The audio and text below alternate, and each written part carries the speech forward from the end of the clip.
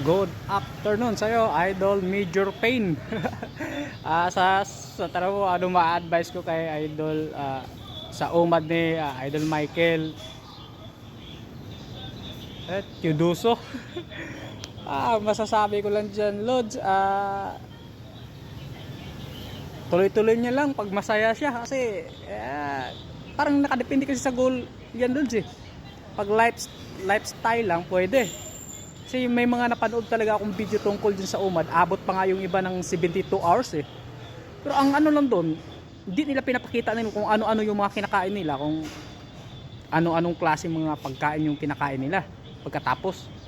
Napanood ko rin kay Idol Haring Bangis, ang sabi niya, nag-uumad din daw po siya, pero sa isang kainan, kinakain niya yung lahat na kailangang nutrition sa katawan niya or kailangan calories sa buong maghapon.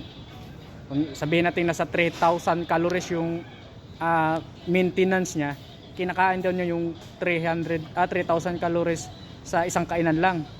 Yun naman yung sa kanya, kaya wala, hirap kasi talaga pakialaman ng Lods eh. Kaya yun na lang muna. Let's go.